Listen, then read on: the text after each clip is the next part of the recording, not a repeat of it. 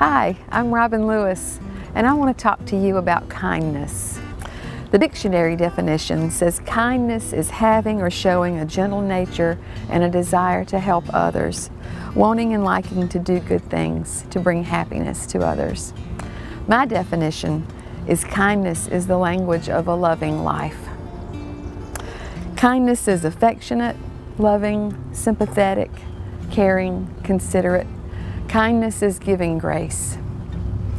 Kindness also is not stagnant or still. Kindness, like love, does. Kindness always does. Kindness acts.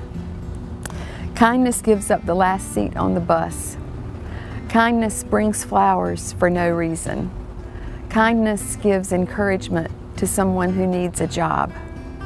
Kindness is never focused on itself or restricted, but kindness is gentle, thoughtful, and loving, the language of a loving life. Kindness knows the power of a hug. Kindness may be heard in words or it may be seen in actions, but it's always visible in some way. If it's not, then no one gets the ripple effect of it. Because kindness does, it needs to be seen and heard. Those who have received much kindness in life, they are the ones who easily show it, for they know the value of a kind word or deed in a moment of need. This tells us that kindness can be multiplied like a ripple effect. Remember a few years ago there was a bumper sticker that said, "Practice random acts of kindness."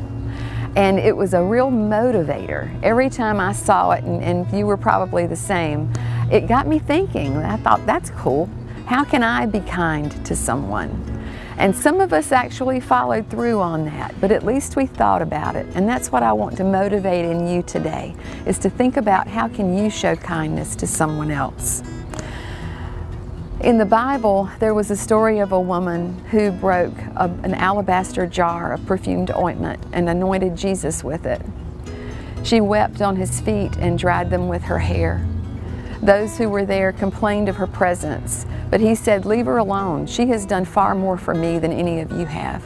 And those who have been forgiven much, love much." Have you needed kindness in your life and someone has shown you kindness? Then you know the value of it, the power of it, the self-reproducing effect. When I speak to groups about our common identity, value, and purpose as individuals, kindness is certainly part of that. It's a trait that when we understand where it originates, we want to have it too, to give out. God was first kind to us. In fact, the Bible teaches that because of the kindness of God, that's what draws us to Him. Kevin Heath said, "Wherever there is a human in need, there is an opportunity to show kindness and to make a difference." Robert Ingersoll said that we rise by lifting others up with us. Want to know more about how you can show kindness? Need some ideas?